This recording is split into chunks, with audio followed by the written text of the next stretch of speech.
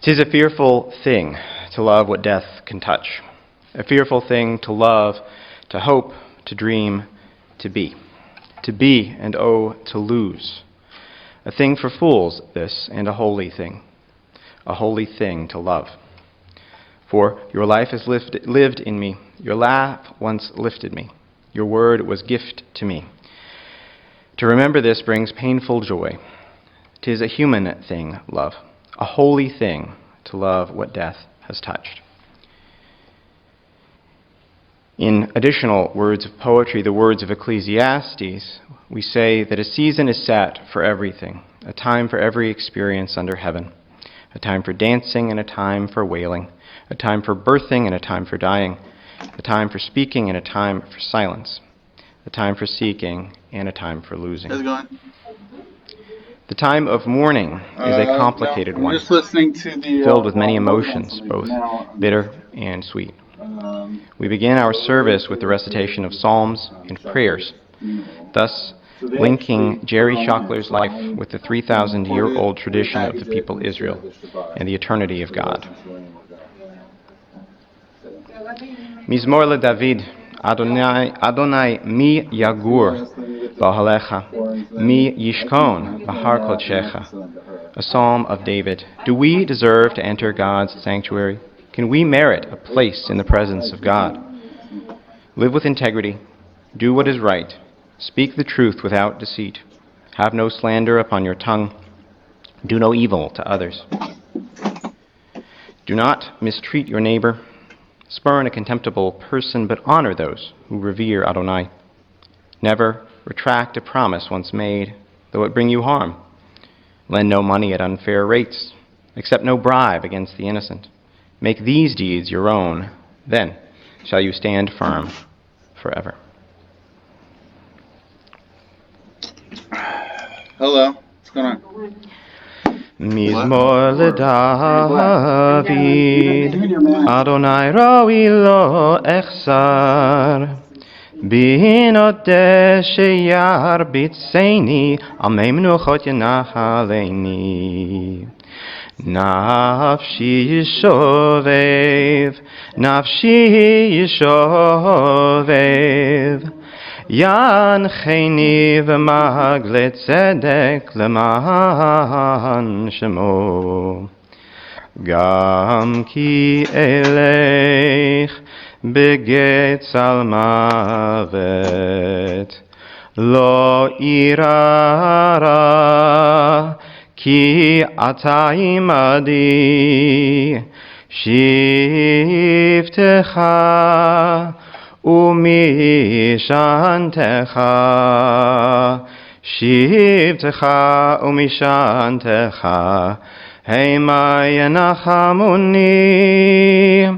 Taroch lefanai shulchan, taroch lefanai shulchan, taroch lefanai shulchan, neged zorerai. Dishanta vashemen roshi, dishanta vashemen roshi, dishanta vashemen roshi, kosirevaya. Ach tov achesed, yirdefuni, Kol yemei chayai, veshavti bevet Adonai, veshavti bevet Adonai, leorech yamim, lai lai lai lai lai lai lai lai lai lai lai lai lai lai. Lai lai lai lai lai lai lai lai lai lai. Who might be interested? Question mark. We read in the words of Proverbs chapter 31, Eshet chayil mi yimtza. What a precious find is an Eshet chayil, a woman of valor. Her worth is far beyond rubies. Her husband puts confidence in her and lacks no good thing. She is good to him, never bad, all the days of her life. She opens her hand to the needy and extends her hand to the poor. She is clothed with strength and splendor. She looks to the future cheerfully. She opens her mouth with wisdom. Her tongue is guided by kindness. She oversees the activities of her household and never eats the bread of idleness. Her children come forward and bless her. Her husband praises her and says, "Many women have done superbly, but you surpass them all." Charm is deceitful and beauty vain, but a God-fearing woman is much to be praised. Extol her for the fruit of her hand. Wherever people gather, her deeds speak her praise. I'll now invite Gerry's son Howard forward first to speak a little bit about this Eshet Chayil, this woman of valor, whom we remember here today. Like, ooh. Like, I know the daughters, but like, ooh.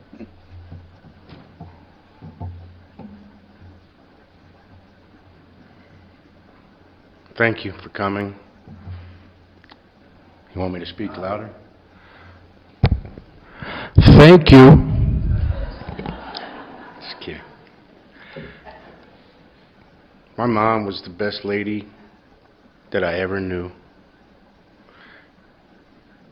Louder? Turn up your Hello? hearing aid. Andrew, it's Nikki again. Hello? It's only going to be an hour. I asked Masood, so do you want to keep it at 10 or you want Most to of change you it? obviously know her. It's good. Some don't fine. know Okay.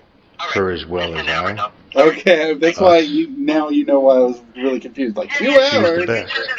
Let me ask Masood. Okay. All right. She Awesome. kept Thank the you so family much. together somehow. She took care of me like no one else could. The rest of my family took care of my dad, my sisters, their kids, my kids. I know some of you out there are moms and dads and what, but no one will replace my mom. I'll miss her dearly for the rest of my life, as I know we will. And just to know that she was the kindest, most diplomatic, and caring person, I wish I could be half that. At any way, my fondest memories of my mom were drinking scotch with Larry Warm. And although we're all sad, she's been sick for a long time, starting probably before most of you know in London, England. It's been a long time. So,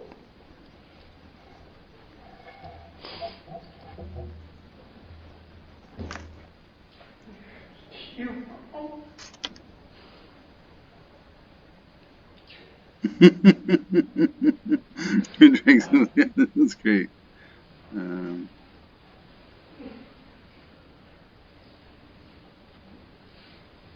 you, Howard.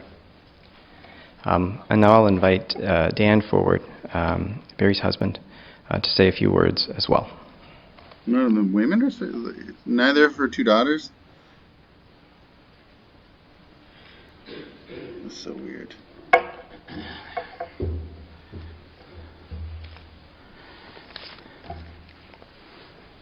Okay. Can you hear me okay, Bob? Is that good? Okay. Okay. Sorry, it takes a while to assemble at my age. Okay. So, I have to share with you at first that I wasn't completely sure if I was a good choice to speak today. You see, I was in my 40s before I met Gerry, and she was already in her mid-60s by then. She had already led a very full and eventful life. She'd raised her children. She had been a grandmother for almost 10 years at that time.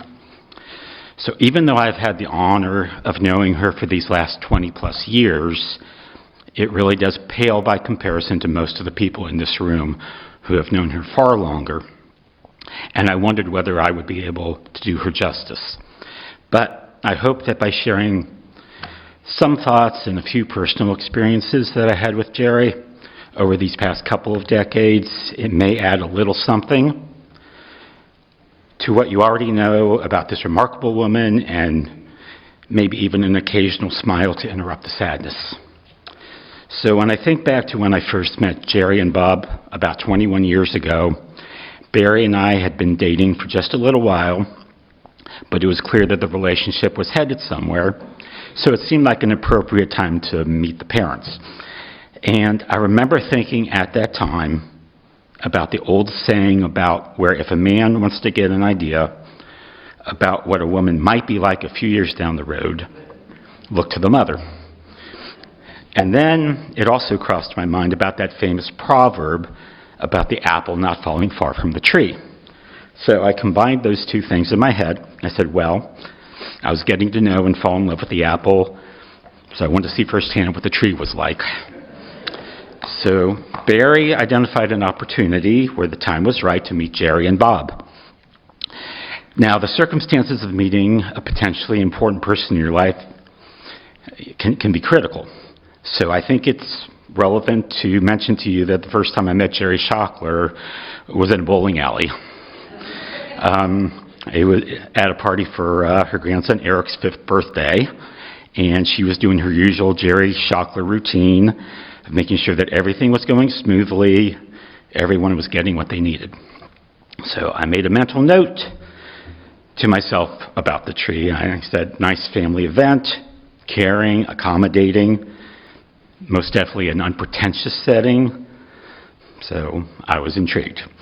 The next opportunity to meet with the Shoklers was a couple weeks later when Gerry and Bob invited Barry and me over for a little visit and a little nosh, just the four of us. Now, I want to preface this by saying that I mean no disrespect, because we all know Gerry was a terrific cook. But we sat down, and the food that she decided to serve was some kugel that she had available. Okay, and not just any kugel, but the kind with the cornflake topping. Now, I had what I thought was a pretty traditional Jewish upbringing. I'd enjoyed plenty of kugel in my day, but I was not personally familiar with the Kellogg variety of kugel. But I was on board with trying it. And then I noticed the taste and the consistency was a little, shall we say, interesting. And it was then and there that I became aware of one of Gerry's two most favorite modern inventions, the freezer, and the other, of course, was the telephone. Anyway, we concluded that Gerry had gone scavenging and retrieved the kugel from one of several freezer options in the garage, and it clearly had been insulated by multiple layers of protective ice, so that it accumulated over who knows how long. So I made another mental note to myself about the tree, frugal. So unpretentious, frugal, a trend was emerging. And went on from there, me collecting additional mental notes along the way, tough but caring, firm yet accommodating. To my delight, no red flags, no deal breakers, no showstoppers. Barry and I got engaged, and I started getting immersed in the steady stream of family events, birthdays, holidays, special occasions, and at the center of each one, coordinating, communicating, organizing, preparing, was Gerry. She reminded me a lot of my own mom, in that she clearly came from that particular Jewish mother school of thought that if you have 5 dishes, you might as well have 8, and why stop at 8 when you can have 10? So Gerry and Bob were living over at Somerset Chase at the time, and that's where a lot of these events took place. And she had a beautiful kitchen, but I have to tell you that I don't actually remember what her countertops looked like, because they were always covered with food. It was less of a kitchen and more like a barricade. And in addition to all the food, there was always a healthy supply of paper plates, bags, containers, aluminum foil, and plastic wrap for the inevitable end-of-event parade, known as the distribution of the leftovers, to send home with everyone. Leaving without taking something was not really an option. Now, these are all light anecdotes, and it makes me smile when I recall them and think of Gerry, but they really don't get to the heart of who she was. So when thinking about someone's life, one of the things I like to ask myself is, if you had to describe that person to someone who had never met them, how would you do that? Now, of course, it's unfair to reduce a person's life to a single word, but if you had to, what might that one word be to capture the essence of the person? So with Gerry, the word that comes to my mind is doer. She was a doer. She got things done. She wore many hats and played many roles in her life: a nurse, a wife to Bob of 63 years, a mother, a grandmother, a friend. But the common thread to me was that she was always getting things done. So I was interested to see what other words the dictionary associates with doer, and it mentions things like worker, organizer, force of nature. I like that one. That one applies. Powerhouse. So check mark for her on each of those. And the one thing about doers is they certainly appreciate your help, and they might occasionally delegate a task to keep you engaged if they see the value in it, but they don't generally seek out a lot of help. They like the doing because that's what they do. And so Gerry did what she did, regardless of her role, for all of her life. And she did it with vigor, and she did it with strong convictions, and she did it with firm beliefs, and she did it with purpose, and she did it with energy, and she did it with love. She did it all until the time came that she just couldn't do it anymore. And then she did the toughest thing that a doer does, and that is to reluctantly accept the fact that she had to rely on others to do for her what she had always done for herself, what she had always done for her husband, for her family, and for her friends. And I'm sure that was the toughest thing that she ever had to do, because it meant not being who she had always been. And so she had to start relying on others, including her wonderful caregivers, several of whom are here today. Robin, Steve, Doug, saw you, and I know what she felt of you, and I know what you felt of her. And it tells you something about the care and the relationships that developed among them. Gerry got maybe just a little taste of what she had been providing to others for all those years. So Gerry, you will be missed, certainly never forgotten. You left your imprint on all of us. And when it came to doing all that you did, all I can say is well done. We all love you.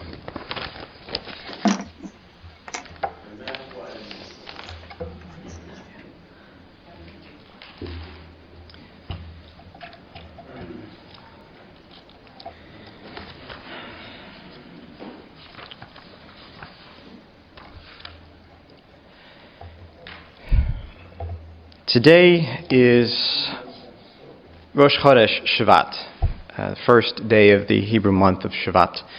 And it is a day identified by our sages as inappropriate for a traditional hesped, a traditional eulogy. Fortunately for me, I rarely offer traditional eulogies. Not to say that I'm innovative, but the traditional definition is a long speech intended to provoke tears and to make listeners feel acutely the pain of loss. We already know and feel the pain of losing Gerry Shokler and of bidding farewell to her as we do today. So in speaking of her life, I will hope instead to draw out a couple of lessons for us as Jews and as human beings. This week, in our Torah reading cycle, we are reading Parshat Bo. Refresher, if you need it, it's the one that talks about the last of the 10 plagues of Egypt and the beginning of the Israelites' departure. Playing a vital role as a bridge that connects those two elements of the story is the first Pesach, as described in the 12th chapter of the book of Exodus, the first instance of Passover. And when I spoke with Gerry's family about their key memories of her, Pesach played an important role there as well. In fact, food, in general, as Dan mentioned, represented one very important theme throughout Gerry's life. Whether it was through the Seder table, the Shabbat table, lunchtime at Yavne, or her widely shared chocolate cake recipe, Gerry recognized the way in which food had the power to connect people to one another, to celebratory moments, and to Jewish tradition. Geraldine Ann Cohen was born in 1937, and the moves she made throughout the Jewish neighborhoods of Cincinnati connect us today to a larger story of migrations and rearrangements, to memories of Jewish life in Roselawn, Bond Hill, and Avondale. And in many ways, during her life, Gerry was a connector. She grew up without siblings, but with many cousins. And so, she was part of one family cohort there. As an adult, her family remembers she had many friends and was frequently on the telephone. Her children recall, in fact, that every day from 4 to 6 p.m., Gerry had happy hour and phone time. And they tell how the long telephone cord ran all around the house. I know some of us, myself included, remember those days before cordless phones, and it was a lot to deal with. They also told me about how Bob proposed a simpler arrangement, a speakerphone for Gerry to use instead. And they mentioned that she hated that, so she didn't use it.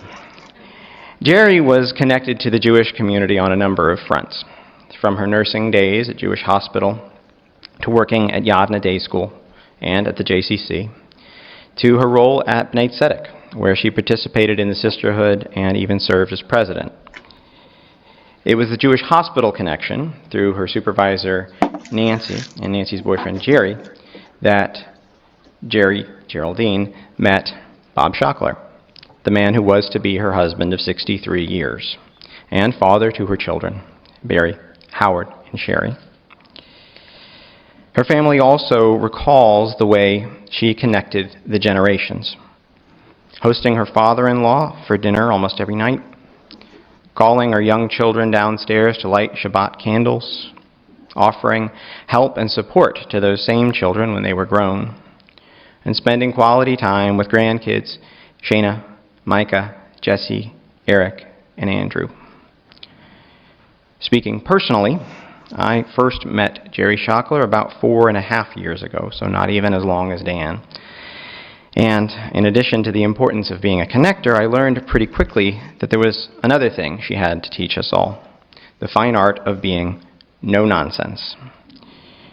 Her children talk about a mother who kept things organized, simple, and direct. And Bob recalls a spouse and partner in life who didn't play games or keep him guessing.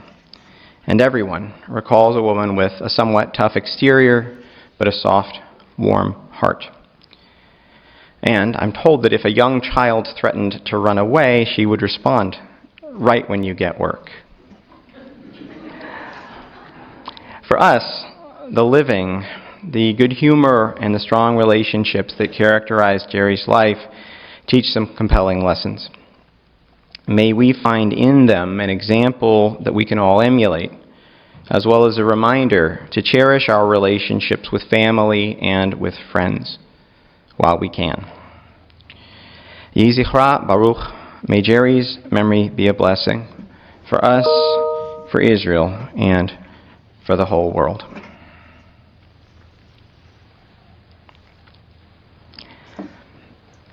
I'll invite you now to please rise.